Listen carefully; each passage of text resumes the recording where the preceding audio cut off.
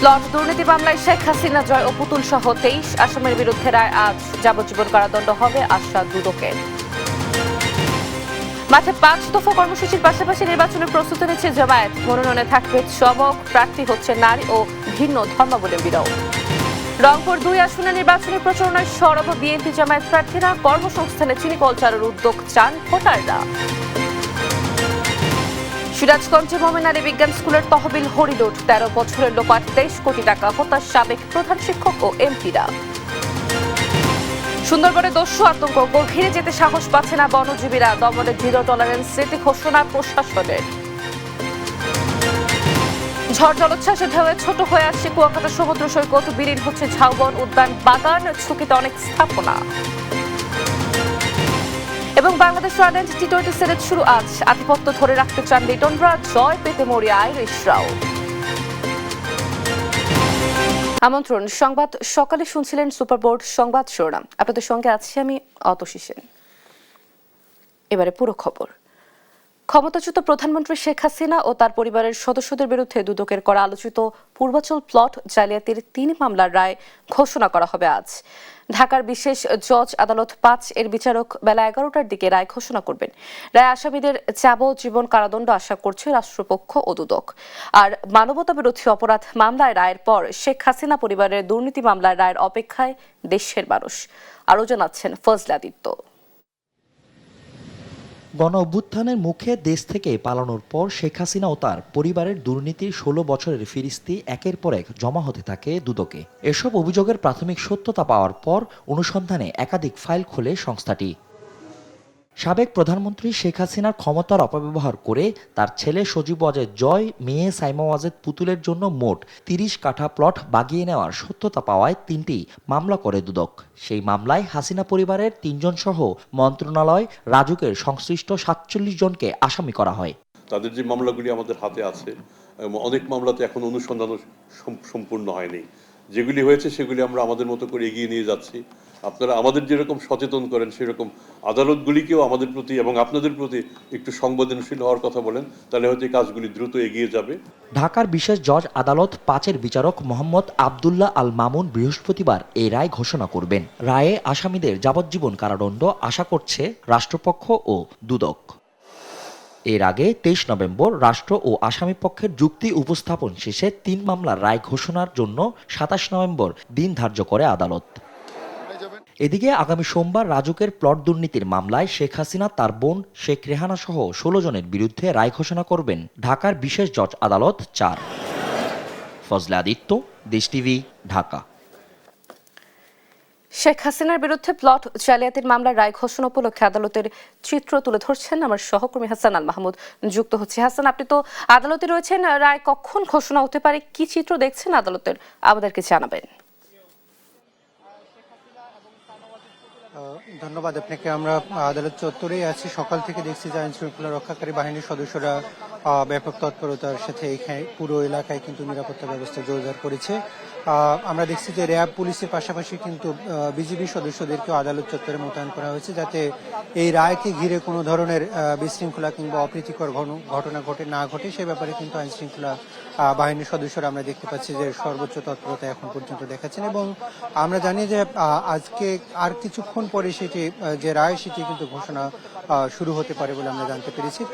তবুও সেটি হয়তো 10টার পরেই শুরু হতে পারে এই মামলার রায়, যেটি সাবেক ক্ষমতাচ্যুত প্রধানমন্ত্রী শেখ হাসিনা এবং তার ছেলে সজীব ওয়াজেদ জয় এবং মেয়ে সাইমা ওয়াজেদ পুতুল সহ অন্তত মোট 23 জন আসামি এই 3 মামলায় ছিল, যাদের পৃথক 3টি মামলা। এবং পৃথক 3টি মামলাতেই কিন্তু শেখ হাসিনা এবং তার 2 ছেলে এবং মেয়ে তারা কিন্তু এই মামলায় আসামি ছিলেন এবং প্রত্যেকেরই কিন্তু আজকে 3টি মামলারই কিন্তু শুনানি হবে। এবং সেখানে আমরা দেখেছি যে গত এই বছরের জানুয়ারির দিকে কিন্তু 3টি মামলা হয়েছে ধারাবাহিকভাবে এবং এই 3টি মামলা অন্তত 90 জনের বেশি আসামি সাক্ষী দিয়েছেন, যারা সাক্ষী ছিলেন। সেখানে দুদকের কর্মকর্তারা যেমন ছিলেন তেমনি আইন শৃঙ্খলা রক্ষাকারী বাহিনী এবং এই বিভিন্ন দপ্তরের কর্মকর্তারাও কিন্তু সেখানে সাক্ষ্য দিয়েছেন এই মামলায়। এবং এখন পর্যন্ত এই মামলায় আসলে আমরা যেটি দেখেছি গতকালকে রাষ্ট্রপক্ষ থেকে যে আইনজীবী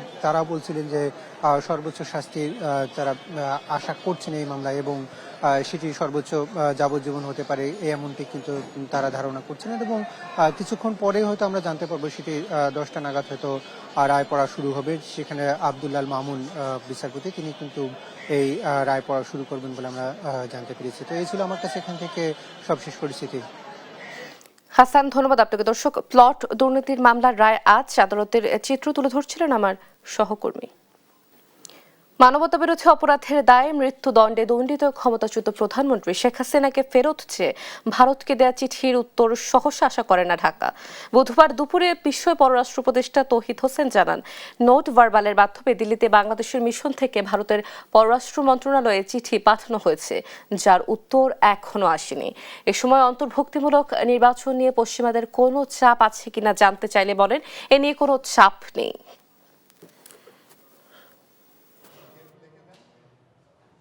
এত তাড়াতাড়ি উত্তর আমি তো আগের চিঠিতে উত্তর পাইনি এখন, কাজে এটা একেবারে কালকে আমাকে ওই এক সপ্তাহের মধ্যে উত্তর দিয়ে দেবে এটা আমি প্রত্যাশা করি না, তবে আমরা আশা করি যে এটার উত্তর আমরা পাবো।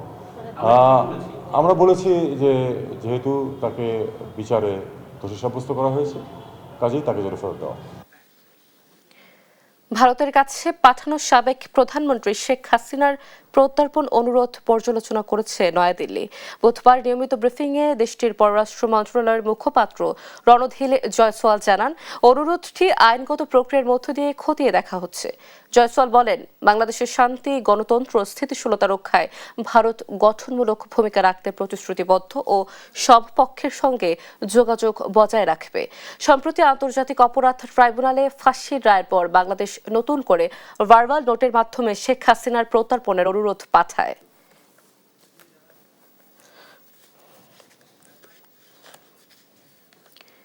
মাঠে 5 দফা কর্মসূচিতে আন্দোলনের পাশাপাশি নির্বাচনের সর্বোচ্চ প্রস্তুতি নিচ্ছে জামায়াতে ইসলামী। তৃণমূল পর্যায়ে সরব স্থানীয় নেতাকর্মী সহ শীর্ষ নেতারা কেন্দ্রীয় কমিটি গঠন, পোলিং এজেন্ট প্রশিক্ষণ সহ নির্বাচনী নানা প্রস্তুতি এগিয়ে নিচ্ছে দলটি। প্রার্থী ঘোষণাতেও চমক দেখাতে চায় জামায়াত। প্রথমবার ভিন্ন ধর্মাবলম্বী ও নারী প্রার্থী দিতে যাচ্ছে তারা। থাকতে পারে বিভিন্ন বিশ্ববিদ্যালয়ের ছাত্র সংসদে নির্বাচিত প্রতিনিধিরাও। হাসান আল মাহমুদের রিপোর্টে দেখুন বিস্তারিত।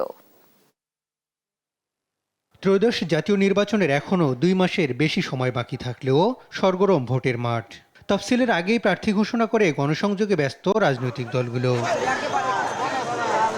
এবার আওয়ামী লীগ ও জাতীয় পার্টি না থাকায় ভিন্ন কৌশল নিয়েছে জামাত ইসলামী। 5 দফা দাবিতে মাঠে কর্মসূচি দিয়ে একদিকে শক্তি প্রদর্শন, অন্যদিকে ভোট কেন্দ্র কমিটি গঠন, পোলিং এজেন্টদের প্রথম ধাপের প্রশিক্ষণ শেষে দ্বিতীয় দফায় প্রশিক্ষণ শুরু করতে যাচ্ছে দলটি। 300 আসনে প্রাথমিকভাবে প্রার্থী ঘোষণা করলেও জোটের দলগুলোর জন্য কয়েকটি আসন ছাড়ার প্রস্তুতি রেখেছে জামাত। তবে চমক হিসেবে ভিন্ন ধর্মাবলম্বী ক্ষুদ্র নৃগোষ্ঠী নারী প্রার্থী দিতে যাচ্ছে দলটি। আগামী নির্বাচনে ইনক্লুসিভ প্রার্থী দিতে কয়েক স্তরে দলীয় সদস্য ও সাধারণ ভোটারদের মতামত নেওয়া হচ্ছে বলে জানান দলটির সহকারী সেক্রেটারি জেনারেল মাওলানা আব্দুল হালিম। দল ধর্ম নির্বিশেষে সকলকে নিয়ে আমরা দেশ গঠন করতে চাই। আলোচনা ক্রমে আমরা সিদ্ধান্তের দিকে যাব। অন্য ধর্মের প্রতিনিধি দেওয়ার ক্ষেত্রে এরকম আলোচনার মধ্যে আছে। সেই ধর্মের মধ্যে যিনি ধার্মিক এবং সৎ, আবার নেতৃত্বের যোগ্য, এই জাতীয় লোক বাছাই করা তো সহজ ব্যাপার না। আমরা চেষ্টা করতেছি। সরাসরি নির্বাচনের রাজনীতিতে নানা ঝুঁকি থাকলেও প্রার্থিতার সিদ্ধান্তকে ইতিবাচক হিসেবেই দেখছে জামায়াতের নারী বিভাগ। ভোটের মাঠে জনশক্তির সর্বোচ্চ ব্যবহার করতে চায় তারা। ইনসিকিউর থাকে নারীরা, বিশেষ করে নির্বাচনী কার্যক্রম, মাসেল পাওয়ারের যে আপনার এক্সিকিউশন সবসময় আমরা দেখি, কালো টাকার দৌরাত্ম্য, এগুলো তো সব মানে পরিবেশটাই নারীদের জন্য একটা নিরাপত্তাহীনতার একটা অবস্থা। অবশ্যই নারীর পার্টিসিপেশন এটা ইতিবাচক সমাজের জন্য, রাষ্ট্রের জন্য। কারণ নারী শুধু পলিটিক্যাল সেক্টরে না, একটা নারী সমাজ গঠন, পরিবার গঠন, রাষ্ট্র গঠনে সে গুরুত্বপূর্ণ ভূমিকা পারফর্ম করছে। হ্যাঁ, সেটার স্বীকৃতি এটা আসা দরকার। আগামী নির্বাচনে জোট প্রার্থীদের জন্য আসন ছাড়লেও সৎ, দক্ষ, যোগ্যতা সম্পন্ন হলে ভিন্ন ধর্মের মানুষকেও প্রার্থী করবে জামায়াত ইসলামী। হাসান আল মাহমুদ, দেশ টিভি, ঢাকা।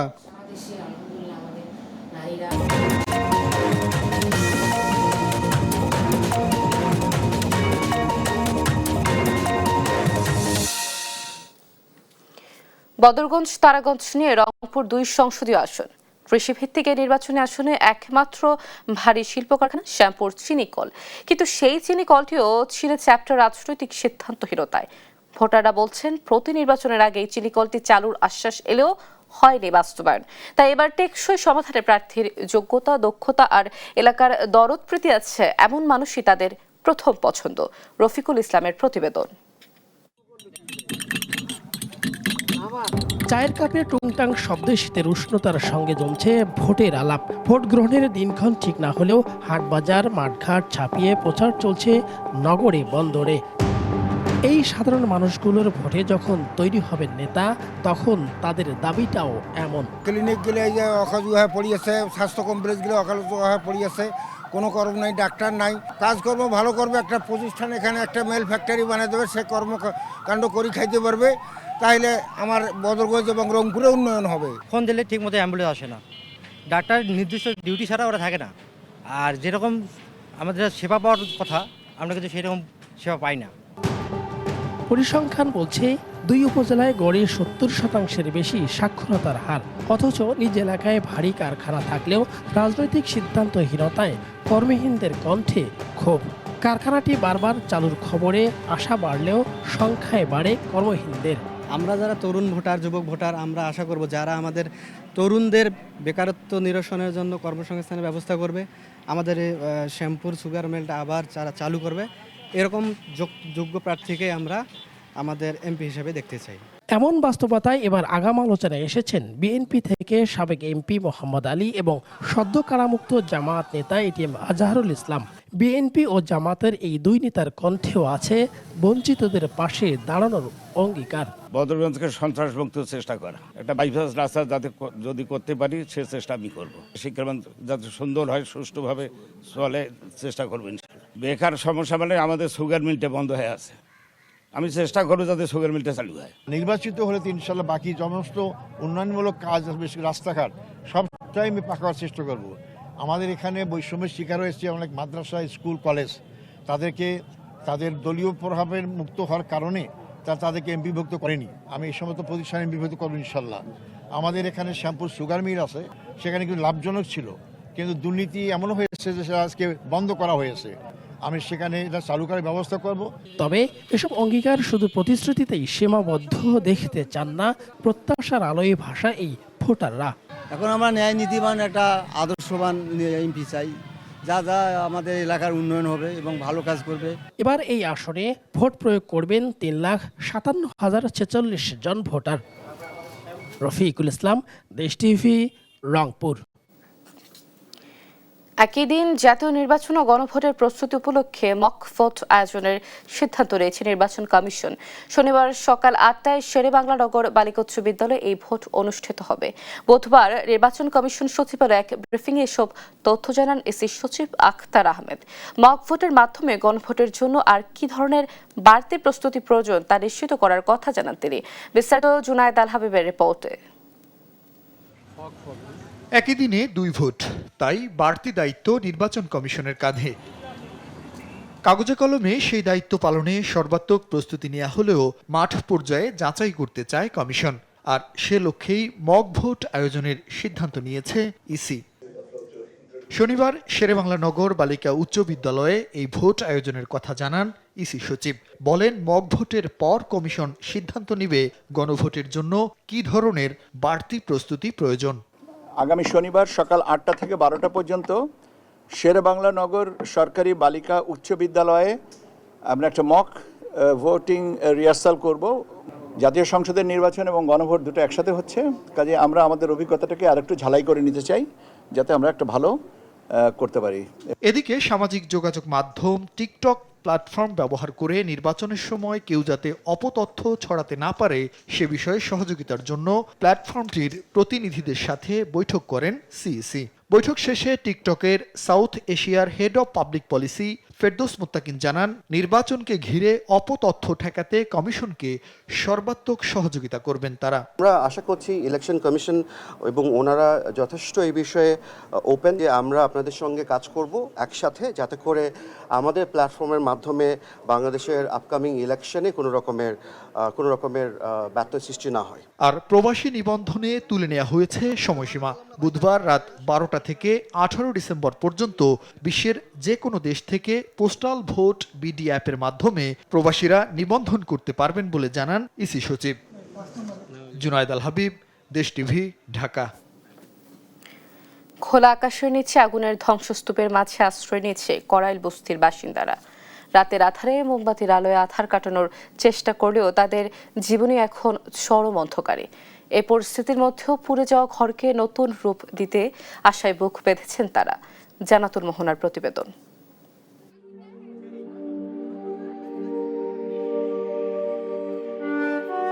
ক্ষুধার রাজ্যে পৃথিবী গদ্যময়, পূর্ণিমার চাঁদ যেন ঝলসানো রুটি। কবি সুকান্তের কবিতার দু লাইন এখন করাইলের বাসিন্দাদের বাস্তবতা। আগুনের সব হারিয়ে ধ্বংসস্তূপের মাঝেই আশ্রয় খুঁজে নিচ্ছে এখানকার বাসিন্দারা। নেই বিদ্যুৎ, নেই পানি, এর মাঝেই মোমবাতির আলোতে রাত পার করছেন তারা। তাও ছাড়তে চাচ্ছেন না নিজের ঘর। কল্পনা করতে পারিনি আল্লাহ এই অবস্থা করে দিবে। এখানে আমার বালা থাকিয়া অভ্যাস, অন্য জায়গায় থাকতে পারবো না। আমরা বাড়াইতে আঙ্গর বাড়ি দহলের কিনে নাই, যে রুম রয়েছে ওই রুমে মনে হয় না বর্তমানে আমরা আছি। একটা মসজিদ হয়ে গেলাম, একটা মাঠে গেলাম, কোনো নিরাপত্তা নাই, নিরাপত্তা। একটু সাহায্যের আশায় অধীরে অপেক্ষায় বসে আছেন তারা। বুকে লালন করছেন পুনর্বাসনের স্বপ্ন। এমন বৈশাখে যদি কোন প্রাণ বিচারণ দেয়, সরকার কোনো উদ্যোগ নেয়, এই আশাই তো বৈশা থাকা। খুব কষ্ট পাচ্ছি, খাবার নাই, দাবার নাই, খুবই কষ্ট। কেউ সাহায্য করে তো টিন দিয়ে আমরা ঘর তুলে থাকতে পারবো। কেউ সাহায্য নিয়ে আসলে সেখানেই হুমড়ি খেয়ে পড়ছেন ভুক্তভোগীরা। তাদের আশা সমাজের বিত্তবানরা এবং সরকার তাদের পুনর্বাসনে দ্রুত এগিয়ে আসবেন। জান্নাতুল মোহনা, দেশ টিভি, ঢাকা। এদিকে করাইল বস্তিতে বিভিন্ন রাজনৈতিক দল ও সামাজিক সংগঠন ত্রাণ সরবরাহ করলেও অব্যবস্থাপনার কারণে সবার কাছে তা পৌঁছাচ্ছে না বলে অভিযোগ করছেন অনেকে। আর খোলা আকাশের নিচে মশারির অভাবে সন্তানদের ডেঙ্গু আক্রান্ত হওয়ার ভয়ে আছেন মা বাবারা। তারেক মাহমুদ সুজনের রিপোর্ট, জানাচ্ছেন অঙ্কন চৌধুরী। রাত প্রায় ৩টা, খোলা আকাশের নিচে এভাবেই রাত পার করছেন করাইল বস্তিতে আগুনে নিঃস্ব হয়ে যাওয়া পরিবারগুলো। ধ্বংসস্তূপের মধ্যেই আশ্রয় খুঁজে নিয়েছেন সহায় সম্বলহারা মানুষগুলো। বিভিন্ন রাজনৈতিক দল ও সামাজিক সংগঠনের ত্রাণের গাড়ি আসা মাত্রই ভিড় জমাচ্ছেন ভুক্তভোগীরা। ৫,০০০ প্যাকেট খাবার দিছি, জ্যাকেট দিছি, আপনার কম্বল দিছি, পর্যাপ্ত পরিমাণ দিছি। আমরা 13 বস্তার মতো কাপড় আনছি। এখানে পুরুষদের কাপড় আছে, মহিলাদের কাপড় আছে, বাচ্চাদের ডাইপার আছে এবং বাচ্চাদের শিশু খাদ্য আছে, তার সাথে আপনার বিস্কিট আছে। ভুক্তভোগীদের অভিযোগ, শেষ পর্যন্ত সবার কাছে পৌঁছানো যায় না ত্রাণ সামগ্রী। বিতরণের অব্যবস্থাপনাকে দায়ী করছেন কেউ কেউ। রাস্তায় দাঁড়াই যেন না দেয়, রাস্তায় দাঁড়াই দিলে যে পাওয়ার প্রাপ্য সে পাইতেছে না। ওই পাশে পড়ছে, সম্পূর্ণ জিনিস ওই পাশে যায়, আমরা এই পর্যন্ত এখন কিছুই পাইনি। এদিকে খোলা আকাশের নিচে মশারির অভাবে সন্তানদের ডেঙ্গুতে আক্রান্ত হওয়ার ভয়ে দুশ্চিন্তায় মা বাবারা। আমরা একটা কম্বলও পাই নাই, একটা কিছুই পাই নাই। আমাদের যে টাকা পয়সা পুরা গেছে, তারপরে যে এগুলা আমার আত্মীয় স্বজন দিয়ে গেছে, আমরা গায়ে দিয়ে রাখছি। পোলাপানের যে কষ্ট আছে, ভয় আছে তো ভাই, যদি মশা কামড়াইতে তো ডেঙ্গু হবে, তখন তো বাচ্চাগুলো মারা যাবে, কি করবো আমরা। সবার সহযোগিতায় আবারও ঘুরে দাঁড়ানোর স্বপ্ন পরিবারগুলোর। অঙ্কন চৌধুরী, দেশ টিভি, ঢাকা। ৪৫তম বিসিএস পরীক্ষার চূড়ান্ত ফল প্রকাশ করেছে বাংলাদেশ সরকারি কর্ম কমিশন পিএসসি। বুধবার রাতে ফলাফল প্রকাশ করা হয়। প্রকাশিত ফলে বিভিন্ন ক্যাডারে মোট ১,৮০৭ জন প্রার্থী উত্তীর্ণ হয়েছেন। পিএসসি জানায়, লিখিত ও মৌখিক পরীক্ষায় উত্তীর্ণদের মেধাসহ সব দিক বিবেচনা করে এই মনোনয়ন দেওয়া হয়েছে। পিএসসির পরীক্ষা নিয়ন্ত্রক মাসুমা আফরিনের সই করা বিজ্ঞপ্তিতে ফল প্রকাশ করা হয়।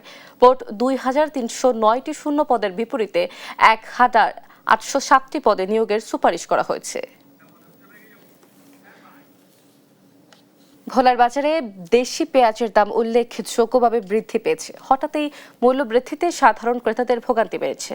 এ নিয়ে আরো জানাতে যুক্ত হচ্ছেন সহকর্মী ছোটন সাহা। ছোটন, পেঁয়াজের দামের এই ঊর্ধ্বগতির কারণ কি? ক্রেতা বিক্রেতাদের প্রতিক্রিয়া কি জানাবেন? অতসী, আজকের বাজারে আমরা দেখেছি যে পেঁয়াজ কিন্তু কেজিতে বিক্রি হচ্ছে ১০০ টাকা দরে, যেটি গতকালকেও ছিল ৮০ টাকা, এবং একই সাথে বেড়েছে রসুনের দামও, সেটি কিন্তু প্রকার ভেদে বিক্রি হচ্ছে ৭০ থেকে ১৮০ টাকা দরে। আমরা বিক্রেতাদের সাথে কথা বলেছি, তারা বলছিল যে এই মুহূর্তে আসলে আমদানি কম থাকার কারণে কিন্তু বাজারে পর্যাপ্ত সরবরাহ নেই, যে কারণে চাহিদার তুলনায় তারা সরবরাহ কম থাকায় তারা দাম বাড়িয়ে দিয়েছেন, এমনটি কিন্তু বলছিলেন। তবে ক্রেতাদের কিন্তু ভিন্ন অভিযোগ।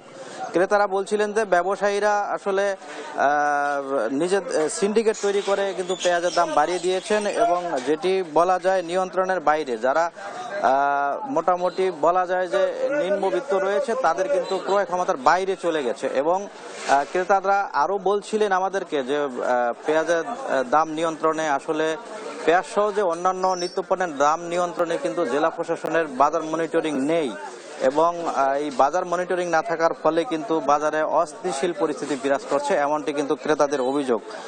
তো এই পরিপ্রেক্ষিতে আসলে যারা আজকে সকাল থেকে যারা বাজার করতে এসছেন তারা অনেকটাই হতবাক, কারণ তারা আমাদেরকে বলছিলেন, আমাদের কাছে অভিযোগ করছিলেন যে ব্যবসায়ীরা কিন্তু নিজেদের ইচ্ছে মতো পেঁয়াজের দাম বাড়িয়ে দিয়েছেন এবং যার ফলে তাদের বাধ্য হয়ে কিন্তু অতিরিক্ত দামে কিন্তু এই পেঁয়াজ কিন্তু তাদের কিনতে হচ্ছে, এমনটি কিন্তু তারা বলছিলেন। একই সাথে তারা আমাদেরকে বলছিলেন যে আসলে এই দাম নিয়ন্ত্রণে তারা বলছিলেন যে জেলা প্রশাসনের বাজার মনিটরিং এর দাবি কিন্তু তারা তুলেছেন এবং আমরা বাজারগুলো ঘুরেছি এবং বাজারগুলো দেখেছি যে আসলে ব্যবসায়ীরা যে কথা বলছিলেন যে সরবরাহ কম, কিন্তু আসলে আমরা দেখতে পাচ্ছি বাজারে এই মুহূর্তে পর্যাপ্ত পেঁয়াজের সরবরাহ রয়েছে, কিন্তু তারপরেও কিন্তু দাম বৃদ্ধি, এটি নিয়ে ক্ষোভ এবং অসন্তোষ কিন্তু ক্রেতাদের রয়ে গেছে।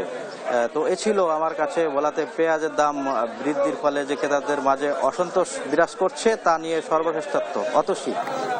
ধন্যবাদ আপনাকে। দর্শক, ভোলা থেকে যুক্ত ছিলেন সহকর্মী ছোটন সাহা, পেঁয়াজের বাজারের পরিস্থিতি জানাচ্ছিলেন তিনি।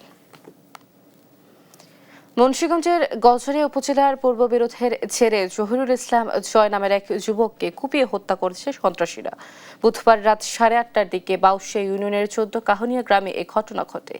নিহতের পরিবার সূত্রে জানা যায় এলাকায় আধিপত্য বিস্তার নিয়ে বিরোধের জেরে জয়কে দৌদ্য কাহনিয়া সরকারি প্রাথমিক বিদ্যালয়ের পাশে কুপিয়ে ফেলে যায় সন্ত্রাসীরা। পরে স্থানীয়রা গুরুতর আহত অবস্থায় জয়কে উদ্ধার করে গজারিয়া উপজেলা স্বাস্থ্য কমপ্লেক্সে নিয়ে গেলে কর্তব্যরত চিকিৎসক তাকে মৃত ঘোষণা করেন। গজারিয়া থানার ভারপ্রাপ্ত কর্মকর্তা আনারুল আলম আজাদ জানান, ঘটনায় জড়িতদের গ্রেপ্তারে অভিযান চলছে। সুনামগঞ্জের দিরাই উপজেলায় সড়ক দুর্ঘটনায় সৌরভ নামে এক যুবকের মৃত্যু হয়েছে। বুধবার রাত 12টার দিকে গাগলি এলাকায় এই দুর্ঘটনা ঘটে। নিহত সৌরভ প্রবাসী বাবাকে ঢাকাগামী গাড়িতে তুলে দিয়ে নিজ বাড়িতে ফেরার পথে দুর্ঘটনার শিকার হন। স্থানীয় সূত্রে জানা যায় ফেরার পথে সিএনজি অটোরিকশা নিয়ন্ত্রণ হারিয়ে উল্টে যায়, এতে গুরুতর আহত হন সৌরভ।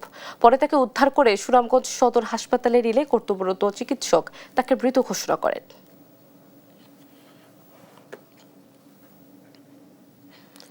যেন আলাদিনের চেরাগ সিরাজগঞ্জের উল্লাপাড়া মোমেন আলী বিজ্ঞান স্কুল।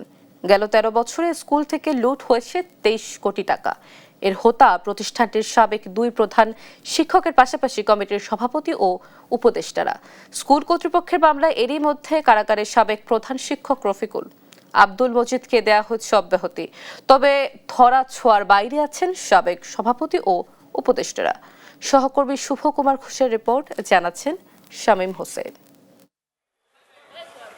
2002 সালে সিরাজগঞ্জের উল্লাপাড়ায় প্রতিষ্ঠা হয় মোমেন আলী বিজ্ঞান স্কুল। সেখানে 2010 সালে আওয়ামী লীগ সরকারের আমলে বিদ্যালয়টিতে প্রভাব খাটায় সাবেক এমপি শফিকুল ইসলাম শফি ও তানভীর ইমাম। এ সময় সরকারি নিয়ম উপেক্ষা করে প্রায় 2000 শিক্ষার্থীর কাছ থেকে ভর্তি বাবদ আদায় করা হতো 6 থেকে 10,000 টাকা, আর মাসিক বেতন নেওয়া হতো 1250 টাকা হারে।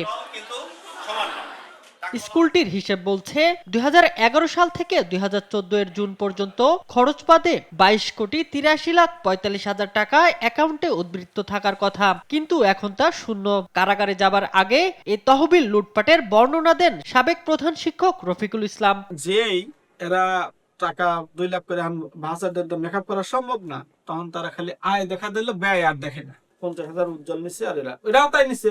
সরকারি নিয়মে নন এমপিও শিক্ষক প্রধান শিক্ষক না হতে পারলেও সাবেক এমপি শফিকুল ইসলাম শফি ও তানভীর ইমামের আশীর্বাদে প্রধান শিক্ষক বনে যান নন এমপিও শিক্ষক আব্দুল মজিদ। অভিযোগ আছে সবশেষ অবৈধভাবে 73 লাখ টাকা তুলে নেন মজিদ। ব্যাংকে ছিল, সেই ব্যাংকের থেকে 11 কোটি টাকা লুটতরাজ করছে। ওটা ধরতে গিয়ে তো অবস্থা। টাকাটা উত্তরা ব্যাংকে ছিল, তারপরে এবি ব্যাংকে, উত্তরা ব্যাংকে ছিল 80 লক্ষ। পরিচালনা পর্ষদে সাবেক প্রধান শিক্ষক সহ ওটা ব্যাংকের মাধ্যমে তারা কিভাবে লুটপাট করে নিয়ে গেছে সেটা আমাদের অফিসে কোনো ডকুমেন্টস। শিক্ষকদের ঘাম ঝরানো টাকা লুটকারীদের কঠোর বিচার দাবি করেছেন বিদ্যালয়টির সাধারণ শিক্ষকরা। তাদের এই দুর্বৃত্তায়নের কারণে বা তাদের এই দুর্নীতির কারণে আমরা শিক্ষকরা 1 মাস 2 মাস বেতন পাই না। তারা এসে এটাকে অর্থ লুটপাটের একটি আকড়া হিসাবে তারা এটাকে ব্যবহার করেছে। বেতন হয় না বা প্রতিষ্ঠানের যে অন্যান্য সুযোগ সুবিধাগুলো সেটাও আমরা পাই না। লিখিত অভিযোগ পেলে তাদের বিরুদ্ধে ব্যবস্থা নেওয়ার কথা জানায় উপজেলা মাধ্যমিক শিক্ষা অফিস ও ইউএনও। হ্যাঁ, অবশ্যই লিখিত কোনো ডকুমেন্ট আমাদের অফিসে থাকলে সেটা আমরা এই বিষয়ে আমাদের ঊর্ধ্বতন কর্তৃপক্ষের সঙ্গে শেয়ার করি এবং আমরা সরেজমিনে সেটা দেখে আমরা ঊর্ধ্বতন কর্তৃপক্ষকে ব্যবস্থা নেওয়ার জন্য রিপোর্ট করি। তো যেহেতু এরকম একটা অভিযোগ আপনি বলছেন, আমার কাছে অভিযোগ আসলে আমি প্রয়োজনীয় ব্যবস্থা গ্রহণ করব। শুধু প্রতিষ্ঠান সংশ্লিষ্টরাই নয়, পুরো উপজেলাবাসীর দাবি প্রতিষ্ঠানটির অনিয়ম খতিয়ে দেখে দ্রুত ব্যবস্থা নেওয়া হোক। শামীম হোসেন, নিউজ ডেস্ক, দেশ টিভি।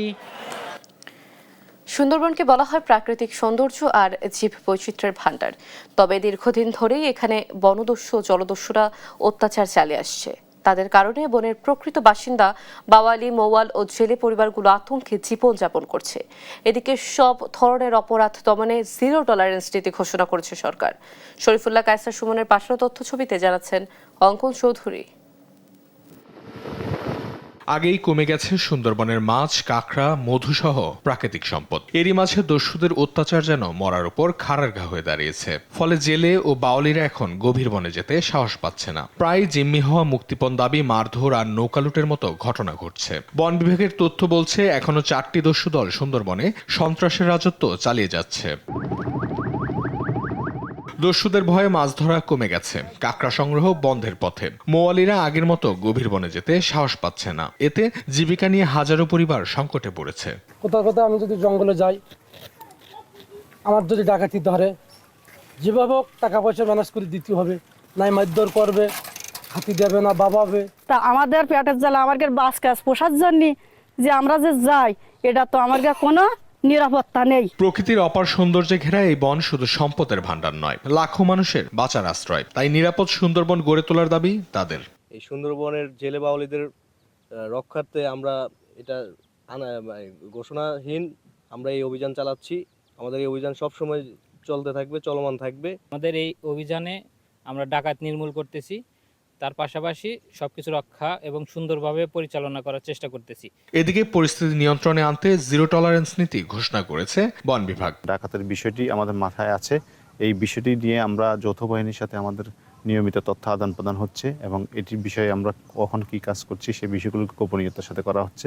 আমরা আশা করি এই অত্র এলাকার যে বনের উপর নির্ভরশীল যে জেলে বাওয়ালে যারা আছেন, তারা বৈধভাবে পাস পারমিট করে বন বিভাগের মাধ্যমে তারা খোলা বাদায় মাছ, কাঁকড়া আহরণ করবেন এবং অভয়ারণ্যে প্রবেশ করবে না। দস্যুদের তৎপরতা বন্ধ করে ও নিরাপদ সুন্দরবন নিশ্চিত করা এখন সময়ের দাবি। অঙ্কন চৌধুরী, নিউজ ডেস্ক, দেশ টিভি। কুয়াকাটা সৈকতের দৈর্ঘ্য কাগজের কলমে 18 কিলোমিটার থাকলেও বর্তমানে তা বেড়ে দাঁড়িয়েছে 29 কিলোমিটারে। অন্যদিকে প্রতিনিয়তই কমছে এর প্রস্থ। গেল 10 বছরে ঝাউবন, জাতীয় উদ্যান, ফয়েজ মিয়ার বাগান সহ বিলীন হয়েছে প্রায় 8টি দর্শনীয় স্থান। মসজিদ, মন্দির এবং আবাসিক হোটেল সহ শতাধিক স্থাপনাও রয়েছে ভাঙনের ঝুঁকিতে। কেএম শাহাবুদ্দিন শিহাবের তথ্যছবিতে জানাচ্ছেন শামীম হোসেন। সূর্যোদয় ও সূর্যাস্তের সৈকত সাগরকন্যা কুয়াকাটা। 1998 সালে এই সৈকতের দৈর্ঘ্য 18 কিলোমিটার নির্ধারণ করা হয়েছিল লেম্বুরবন থেকে গঙ্গামতি পর্যন্ত। তবে সেই সীমারেখা পার হয়ে কয়েক বছর আগেই সৈকতের সঙ্গে যুক্ত হয়েছে 3 নদীর মোহনা থেকে রামনাবাদ মোহনা পর্যন্ত, যার আনুমানিক দৈর্ঘ্য এখন প্রায় 29 কিলোমিটার। তবে প্রস্থের ক্ষেত্রে ঠিক তার উল্টো চিত্র। প্রতি বছরের ঝড় জলোচ্ছ্বাস ও সমুদ্রের ঢেউয়ে বালু ক্ষয় হয়ে ছোট হয়ে আসছে সৈকত। নান্দনিক সৌন্দর্য ও সৈকত রক্ষায় দরকার দীর্ঘমেয়াদী স্থায়ী পরিকল্পনা। দীর্ঘমেয়াদী পরিকল্পিত একটা প্রকল্প এখানে নিয়ে আসা হয়, হয়তোবা সেটা দ্বারা একদিকে হলো সি বিচের নান্দনিকতা থাকবে, পাশাপাশি সি বিচের রক্ষা হবে। গেল 10 বছরে ঝাউবন, জাতীয় উদ্যান, ফয়েজ মিয়ার বাগান সহ বিলীন হয়েছে প্রায় দর্শনীয় 8টি স্থান। মসজিদ, মন্দির এবং আবাসিক হোটেল সহ শতাধিক স্থাপনাও রয়েছে ভাঙনের ঝুঁকিতে। একদিকে বাড়ছে পর্যটক, অন্যদিকে পর্যটন স্থান হারানোর আশঙ্কা ব্যবসায়ীদের। এই মুহূর্তে জরুরি এটা কিন্তু সংস্কার বা এটা দ্রুত কাজ করা। তাহলে এটা যদি কাজ করা না হয় তাহলে কুয়াকাটা বিলীন হয়ে যাবে, আর কুয়াকাটাটা যদি বিলীন হয়ে যায় আমরা যারা ব্যবসায়ীরা আছি আসলে আমরা পথে বসে যাব। স্থানীয়রা বলছেন, একসময় সমুদ্রের কাছে যেতে 3 থেকে 4 কিলোমিটার পথ হাঁটলেও এখন তা বাড়ির কাছে এসে গেছে। এই সাগর পার একসময় ছিল এখান থেকে বহুদূর। সরকারিভাবে যদি এই ভাঙ্গন না ফিরানো হয়, বর্তমানে যে বেড়িবাঁধ আছে এই বেড়িবাঁধে পৌঁছইতে সময় লাগবে হারাবাই 2 থেকে 3 বছর। তবে পরিবেশ কর্মীরা বলছেন, সুনির্দিষ্ট উপকূল ব্যবস্থাপনা ও বালু সংরক্ষণ প্রকল্পের মাধ্যমে সৈকতের প্রস্থ রক্ষা করা সম্ভব। আমরা চাচ্ছি আপনারা স্থায়ীভাবে পরিকল্পিতভাবে দীর্ঘমেয়াদী একটা প্রকল্প নেন, আমাদের পুরো সমুদ্র সৈকতকে আপনারা রক্ষা করার উদ্যোগ নেন। পৌর কর্তৃপক্ষ বলছেন, 11.2 কিলোমিটার দীর্ঘস্থায়ী টেকসই উন্নয়নের জন্য এরই মধ্যে 779 কোটি টাকার একটি প্রকল্প পরিকল্পনা মন্ত্রণালয়ে অনুমোদনের অপেক্ষা আছে। প্রকল্পটি বাস্তবায়ন হলে সৈকতের ভাঙন রোধ করা সম্ভব হবে। পানি উন্নয়ন বোর্ডের মাধ্যমে আমরা 11.2 কিলোমিটার ব্যাপী 759 কোটি টাকার একটি প্রকল্প আমাদের পরিকল্পনা মন্ত্রণালয়ে অনুমোদনের অপেক্ষায় রয়েছে। পূর্ব দিকেও এই প্রকল্পটি বাস্তবায়িত হলে কুয়াকাটার যে ভাঙনের সমস্যা এটি অনেকাংশেই নিরসন হবে। সময়ের বিবর্তনে ও ভৌগোলিক পরিবর্তনের ফলে সেই সৈকতের দৈর্ঘ্য প্রস্থের পরিবর্তন হয়েছে। তবে খুব দ্রুত পদক্ষেপ না নিলে হারাতে পারে এর প্রাকৃতিক সৌন্দর্য। শামীম হোসেন, নিউজ ডেস্ক, দেশ টিভি। চসিকের নিষেধাজ্ঞা অমান্য করে রসুলবাগ সমাজ কল্যাণ পরিষদ রাস্তাকে ডাস্টবিনে পরিণত করেছে এমন অভিযোগ তুলে মানববন্ধন করেছেন green city housing society, green ভিলেজের বাসিন্দা ও এলাকার মুসল্লিরা। বুধবার বিকেল 4টায় আয়োজিত মানববন্ধনে বক্তারা দ্রুত সমস্যার সমাধান ও জড়িতদের বিরুদ্ধে ব্যবস্থা নেওয়ার দাবি জানান। চট্টগ্রাম নগরের 17 নম্বর ওয়ার্ড পশ্চিম বাকলিয়া খালপাড় এলাকায় চলাচলের রাস্তায় বজ্রের স্তূপ নিয়ে চরম ভোগান্তিতে পড়েছেন স্থানীয়রা।